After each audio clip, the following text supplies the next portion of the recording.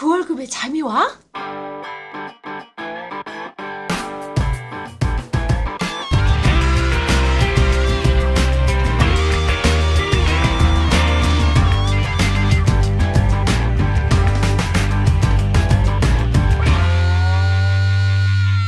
안녕하세요, 반갑습니다. 그 월급에도 잠이 오게 하는 방송 머니스토리TV 뭉치 양승민입니다. 꼰대 김광주입니다. 요즘 이 최근에 업계에서 재밌는 얘기들이 들리고 있는데 이 투자, 유사 수신행위 이런 것들이 많이 이제 적발이 되는 것 같아요.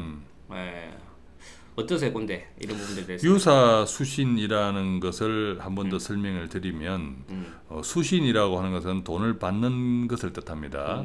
예를 은행, 그죠? 은행은 우리 돈을 받잖아요. 예금, 적금 이런 형태로 뭐 또 증권회사, 펀드 이것을 이제 수신이라고 하는데 이 다른 사람들의 일반인들의 돈을 대중적인 돈을 대중성 있게 이제 받기 위해서는 반드시 이제 법적인 제도와 절차와 허가를 받아서 인허가를 받아서 해야 되는데 이때 이제 유사수신이라고 하는 것은 그런 정해진 제도와 절차를 따르지 않고 따르지 않으면서 은행이나 증권회사처럼 이렇게 대중들의 돈을 모아서 그죠? 뭐 투자해주겠다.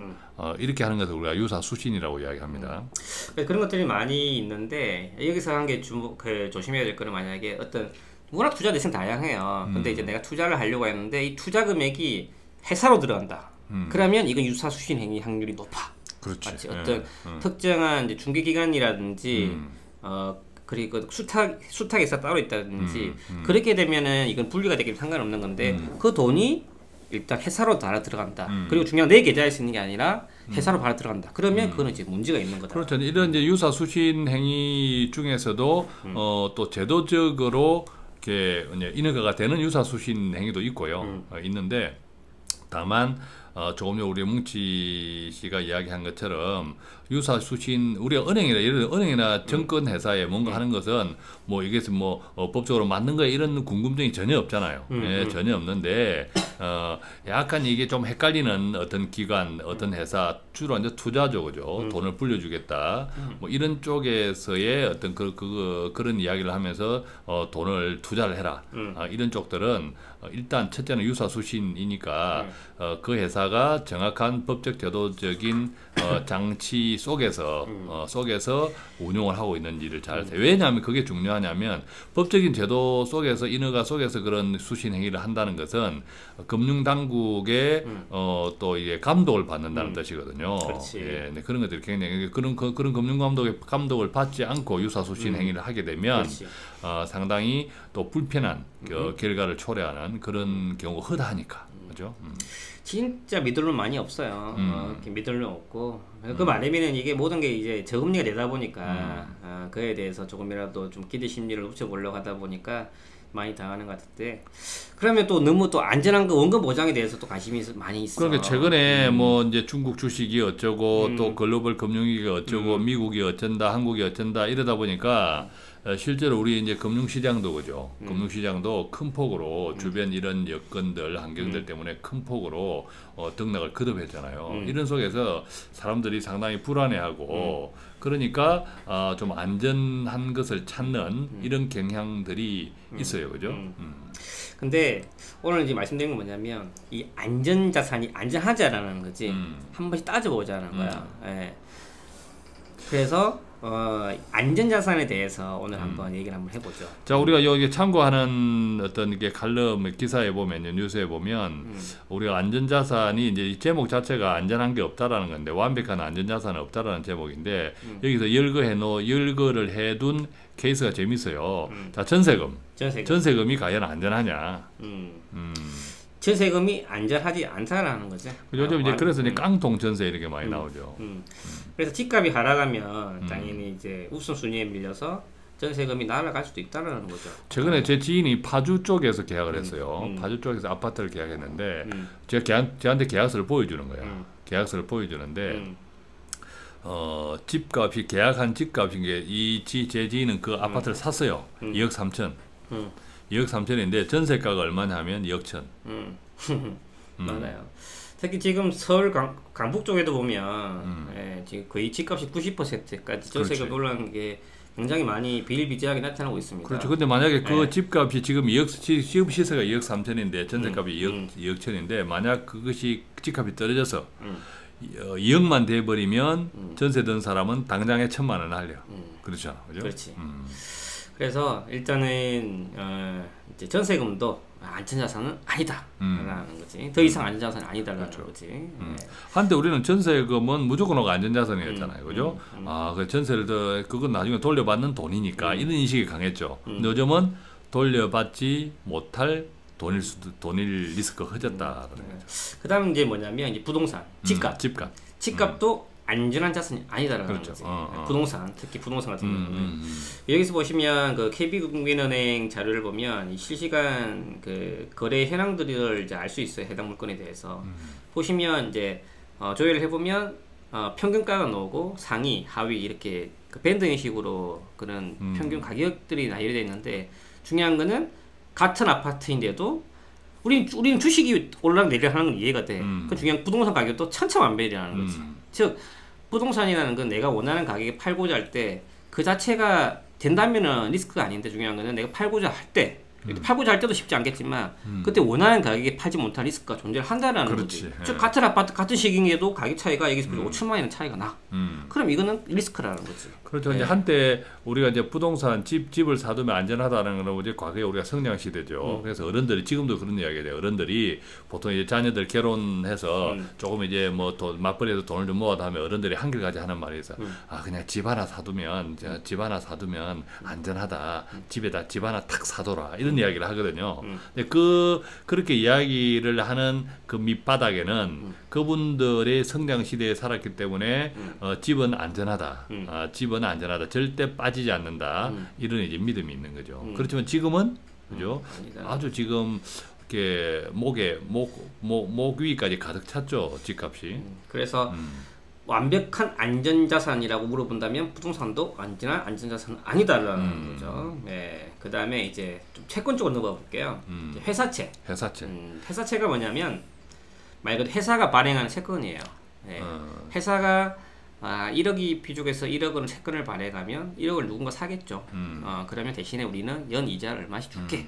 대신에 뭐 3년 뒤 만기가 되면 우리는 그에 대한 원금을 돌려줄게. 이게 회사채입니다. 회사채는 한번 조금 더 리얼하게 하면 빚 채권이죠, 그죠? 빚 그러니까 내는 개별 회사에다 돈 빌려주는 거예요. 그렇죠, 빚 내는 거죠.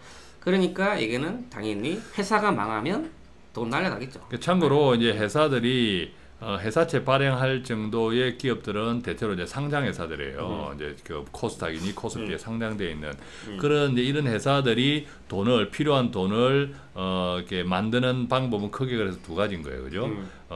이제 그 주식에 등록을 해가지고 상장을 시켜서 돈을 왕창 받든지 아니면 또 회사채를 통해서 빚 계약을 해서 이자 얼마 줄게 대신에 빚 증서죠. 이걸 통해서 하는 거 우리가 회사채. 또 물론 또 뭐 은행에 이런 대출도 있겠지만 은행 대출은 은행하고 기업하고 하는 계약이고 이 회사채는 회사 그 빚 증서를 일반인한테 증권회사를 통해서 일반인한테 이자를 주게 해서 파는 거죠, 그죠?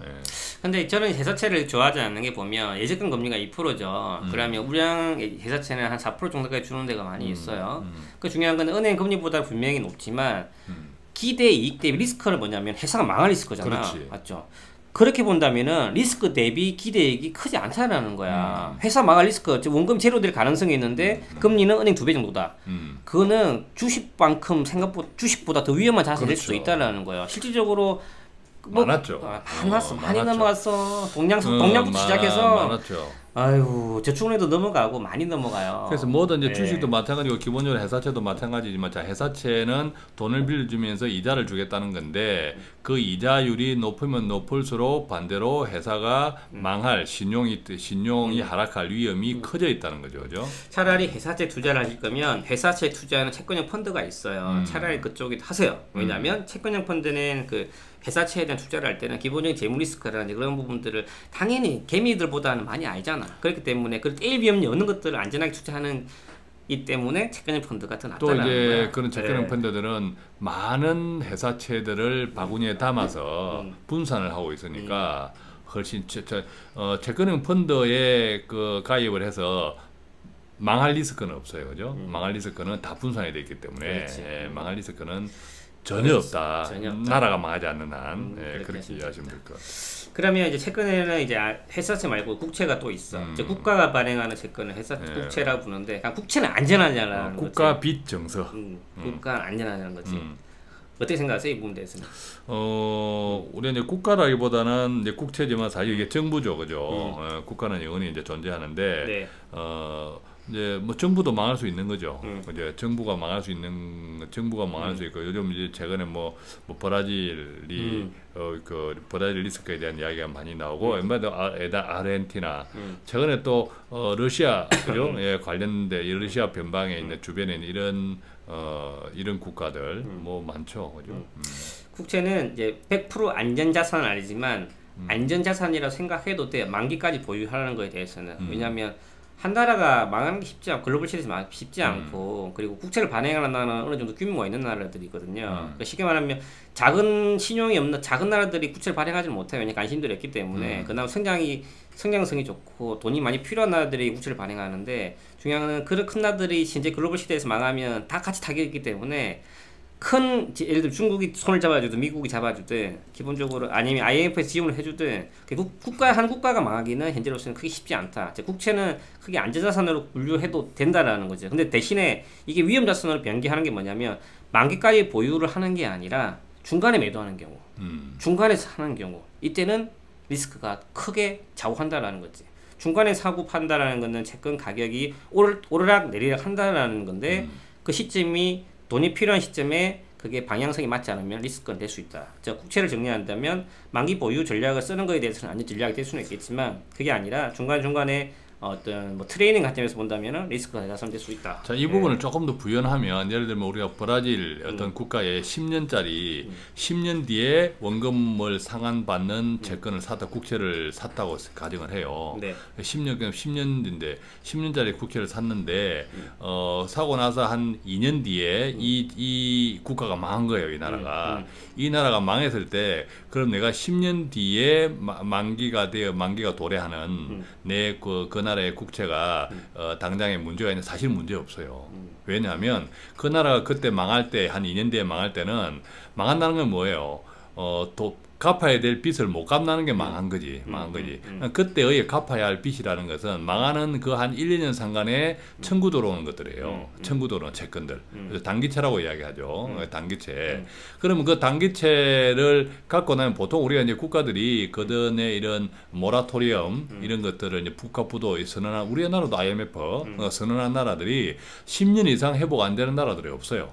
10년 이상 회복 안 되는 나라들이 없죠. 모라토리엄을 선언해도 그때 선언하는 시점에서 한 1, 2년 단기적으로 길게 보면 한 3, 4년 정도의 돈이 사실은 떼이거나 또는 상당하게 삭감될 수는 있어. 이자도 못 받을 수도 있고. 그렇지만 나중에 결국 회복되면 10년 뒤에 상환한 것들은 채권이 그대로 계약이 있는 거예요. 계약이기 때문에 다시 그 나라가 회복되어서 회복된 뒤에 나의 10년이 도래하면 다시 원금은 찾을 수 있다만 그 기간 동안에 그 리스크 있던 국가부도 모라토리엄 그 기간 동안에 받기로 한 이자가 있었다면 그 이자는 못 받을 수도 있죠. 만약에 그 순간에는 그게 하나의 채권이니까. 그래서 뭐 중간에 대한 리스크는 분명히 있기는 있어요. 그래서 안전자산일 수도 있고 안 될 수도 있고 그렇습니다. 그 다음에 은행 예금을 보면 은행 예금은 안전자산. 자, 은행 예금 우리가 절대적으로 안전한 자산이라고 생각을 하는데 여기에도 내용이 이제 관련해도 이제 점땅땅해서 기회 비용을 감안하면 되어 있는데 이런 관점에서 보면 안전자산이라고 보기 힘들어요. 이게 기회 비용이라고 하는 것은 우리가 물가 상승률을 이야기하잖아요, 그죠? 그래서 물가 상승률을 따라가는 금리라면 그게 이제 안전자산 개념이 될 수는 있겠지만 물가가 올라. 쉽게 말하면 지금 짜장면 5,000원을 먹을 수 있어. 근데 내가 원금은 보장을 원한다고 계속 가지고 있다 보면 10년 뒤에는 5,000원 가지고 단무지 먹는다는 소리 단무지. 그래서 최소한 물가 상승률 이상을 따라갈 때가 그게 이제 안전자산을 분류하는 게 맞겠지만 지금은 이제 성장 속도라든지 가격 저금리 고차가 시대에서는 저성장 시대에서는 금리가 물가 따라가는 것 자체가 현재로서는 역마진 상태인 거죠. 그래서 금리가 물가보다 더 낮다. 그래서 이럴 경우에는 현재로서는 안전자산이 아닐 수도 있다. 이렇게 생각하시고 그래서 절대적인 안전자산은 없다라는 거예요. 다만 이제 우리나라는 그 극심한 인플레이션을 경험하지 못했잖아요. 그러다 보니까 어떤 인플레이션 뭐 은행 금리 이렇게 하면 바로 어떤 체감하기가 좀 힘든 것 같아. 체감하기 힘드는데 여기 이제 요 사례가 있는데 여기 재밌어요. 본 얘기 제가 읽어보면 과거에 독일 바이마르 공화국이 무너져서 초인플레이션에 벌어졌을 때 일입니다. 두 형제가 있었는데 동생은 열심히 은행에 저금을 했고 형은 이게 술꾼이어가지고 돈만 생기면 그냥 술만 사 먹고 집에다가 빈 술병이 쌓여 있었다는 거야. 근데 이 바이마르 공화국이 잘못되면서 초인플레이션을 그러니까 뭐 수박 한 덩이를 살려면 돈을 리어가로 끌고 와서 수박을 한 덩이를 사야 돼. 이런 현상이 벌어졌단 말이에요. 우표 한 장 사는데 수천만 마르크를 지불해야 되고 이런 상황이 되니까 은행에 열심히 돈을 모아두었던 동생 돈이 말 그대로 종이값이 휴지값이 되어버리는데 오히려 빈 술병을 쌓아둔 형이 오히려 술병값 때문에 부자가 되었다. 이건 이제 극단적인 경우인데 사실 우리나라는 이런 초인플레이션을 못 경험했어 체감을 못합니다만은 이런 꼭 뭐 바이마르 공항까지 가지 않더라도 이런 인플레이션이 심한 나라들 뭐 이런 그 내전이 있다든지 이런 나라들이 훨씬 지금 많죠.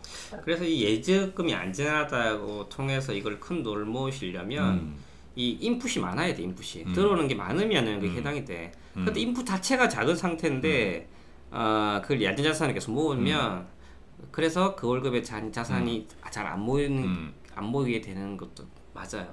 네, 그래서 이게 참 그렇다고 뭐 뾰족할 수도 없고 이게 총체적인 난국인 건데 그래서 중요한 거는 뭐냐면 어떻게 하라고 말이고 안전자산 절대적인 안전자산이 없다라면 어떻게 해야 되는데 그래서 결론은 뭐냐면 너무 안전한 걸 집착하는 것보다는 조금 이제 수익을 리스크는 좀 절대적인 안전자산이 없다면 수익은 조금 리스크는 좀 안더라도 조금 더 나은 수익을 기대할 수 있는 게 가는 게 맞다라는 거고 중요한 거는 그걸 전적으로 너무 수익만 쫓지 말고 여러 가지 자산 배분을 통해서 이것도 좀 가져가고 저것도 좀 가져가고 그렇게 하자는 거예요. 지금 현재로서는 내가 몰라서 신경 쓰기 싫어서 나는 예적금만 하겠다.